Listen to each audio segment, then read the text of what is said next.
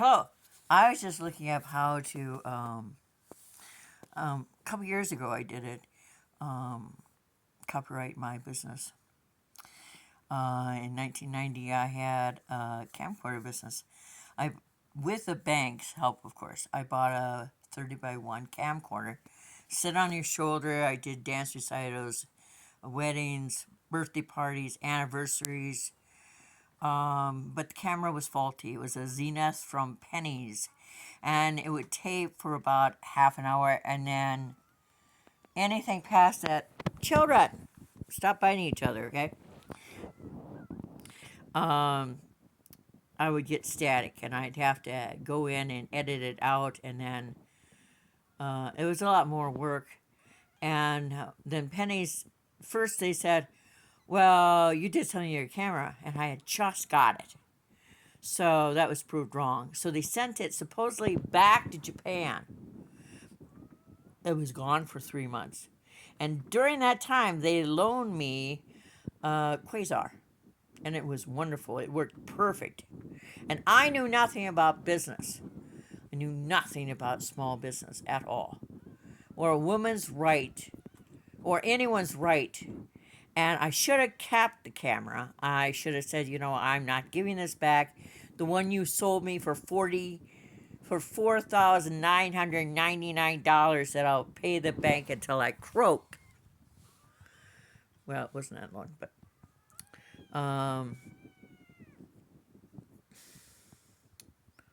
I should have kept the one that worked. And then when I left business because I didn't want to give out faulty because I was putting slides and photographs and movies onto tape and then transferring it to DVD. I was really good, and I was still getting compliments even years later about my work. But I couldn't, in all honesty, provide a shoddy product. So I had stepped out. But people down the road who used to work for Dad at the rodeo and ride his stock and judge and stuff, they took over my name, Video Memories in Waukon, Iowa. And they made it their own. But that was my name. And I hadn't the common sense or the ability to protect my ass from someone stealing my logo. That's what burns me up so much when I see a video on YouTube where they have mutilated a piece of film. I have loved film and been a geek about TV and all of that electronics since I could crawl. That and women. And so, you got to protect your ass. And I am the only all lesbian bookseller, used and collectible bookseller in Iowa that I know of that is also a poet and a soft butch and who blogs. So maybe the only one. I have something funky going on in my ears. It's been going on for like 2-3 months. And it feels like, like I've been swimming and half the ocean is trapped in my ear. I haven't been swimming, so I don't know what that is. But anyway, you got to protect your ass. If you're in business, protect it.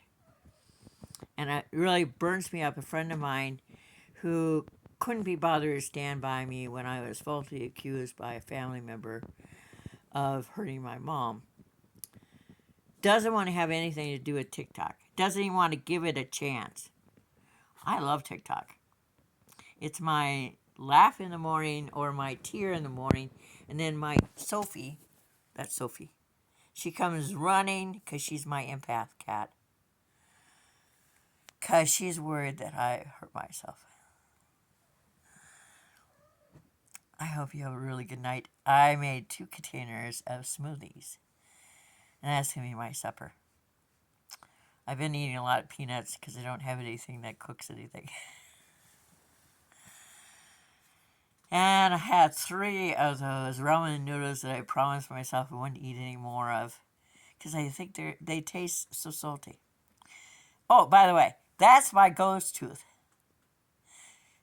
Jennifer, Cowboy Jen was talking about dental insurance, and it really is a farce because I live in in close to my home in northern Iowa, and I was told that the only people who will work with Medicare insurance for dental insurance is Austin Dental. And I've never gone to them, but I've heard things about them. And my mom had sold her farm in 2010, and she loaned me $5,000, and I had the rest of my upper teeth taken out, and I got this lovely plate. You can eat steaks and apples, and they tell you not to eat any sunflower seeds. I used to live on sunflower seeds. When they tell you don't eat any sunflower seeds, listen. Don't be bullheaded. Don't be bullheaded. And I bit on one, and it gave me a ghost tooth. I want to have that looked at. And the fellow who pulled my teeth in McGregor, Marquette, I guess it was, he left a chunk underneath both my eye teeth. And I said, what happens? Because they don't x-ray after they pull teeth anymore. Or this guy didn't. And I said, what happens when someone comes back up? Well, then you come in and we'll put it through it again and we'll do it again. I said, and then you won't charge? No, we'll still charge. I don't want that. Those two places that have teeth coming up to puncture through my expensive plate. And then I chipped a tooth. Look like a big old hayseed. Oh, ho, ho, ho, ho. Well, I've had a lovely time talking to you, and I hope you gleaned something from my conversation about protecting yourself in business. Bye for Quasbeaton, Iowa.